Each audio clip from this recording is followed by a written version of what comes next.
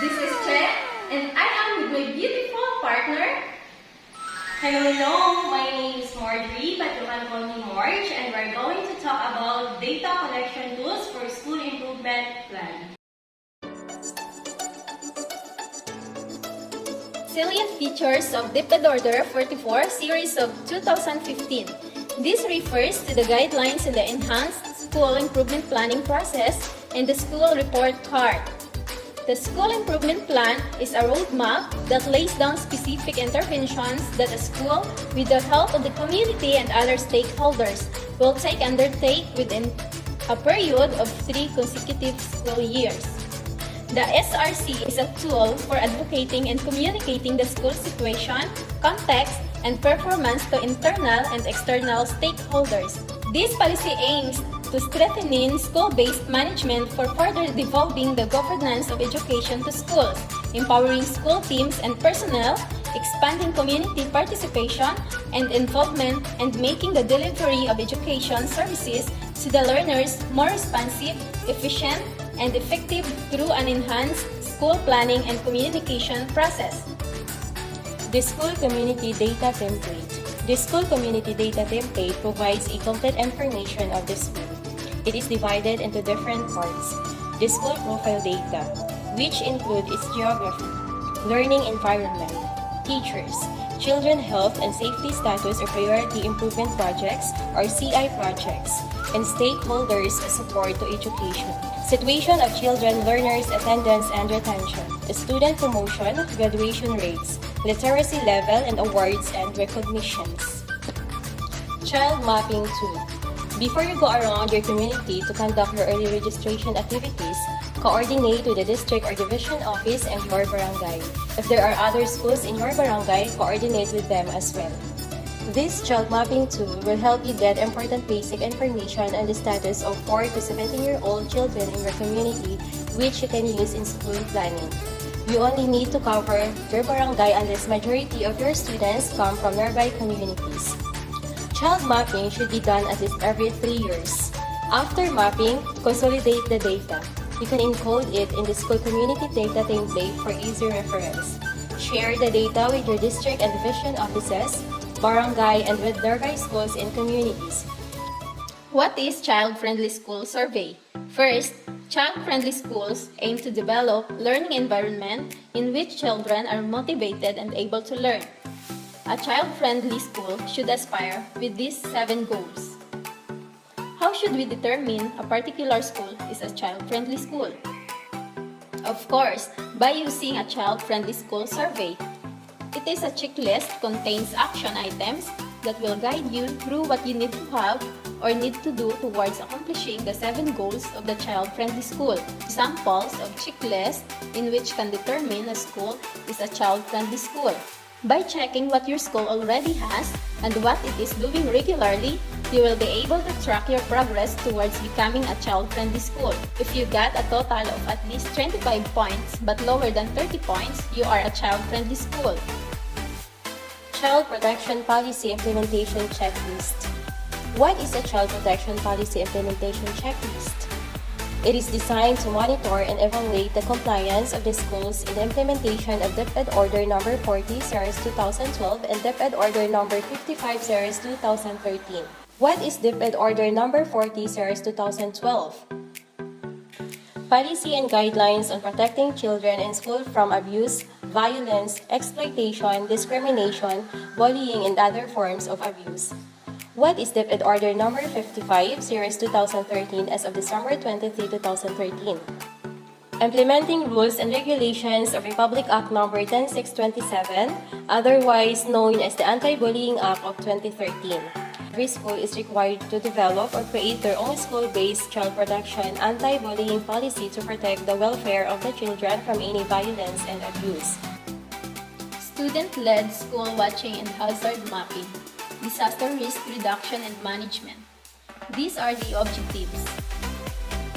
The key concepts in DRRM: hazard, exposure, capacity, vulnerability, risk, disaster, prevention and mitigation, preparedness, response, recovery, and rehabilitation. The policy statement: This policy shall require all public and secondary schools to organize a student-led school watching and hazard mapping activity every first month of the school year. This is an example of school's hazard map. Procedure: organizing and preparing the school watching team. School watching and hazard mapping. Here are the sample of school watching checklist. Monitoring and evaluation.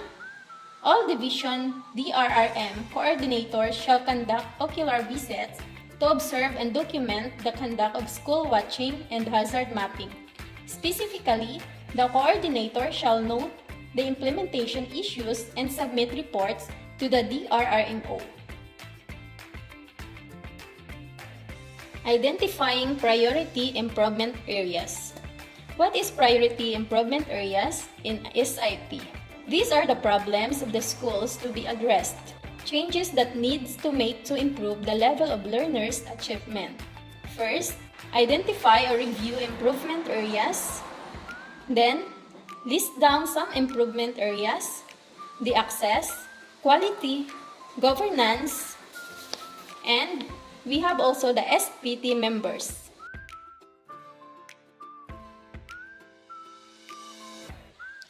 Planning worksheets. In accomplishing doing the planning worksheet section in Annex 5, by the help of gap analysis, you may now identify what are the priority improving areas. The PIAs are the most pressing needs or problems within and outside of the school and learners' data. There is no limit to the number of PIAs. It is important that the school planning team makes a priority list of PIAs. The PIAs have varying difficulties. After identifying the PIAs, you may now enter into the PIA section of the planning worksheets. In the general objective, formulate measurable objectives plan, specific, measurable, attainable, realistic, and time-bound. Overview of the root cause analysis. The root cause is the deepest underlying cause of the problems within any process. Thus, it is necessary that your project team conducts root cause analysis to uncover the real source of your focused problem. The word root in root cause analysis refers to the underlying causes, not the one cause. Analyze your area of focus by problem analysis tools like the fishbone diagram. It is show the potential causes of a specific event. YY diagram. This method is remarkably simple. When a problem occurs, you drill down to its root cause by asking why 5 times. And problem 3. That is the methodology of 3 steps for identifying main problems along with their causes and effects. Keep in mind 5 considerations in formulating solutions. Should address the root cause or causes, should be within the control of the school, should be economical, should be sustainable, should have the support of the concerned stakeholders. Project work plan and budget matrix.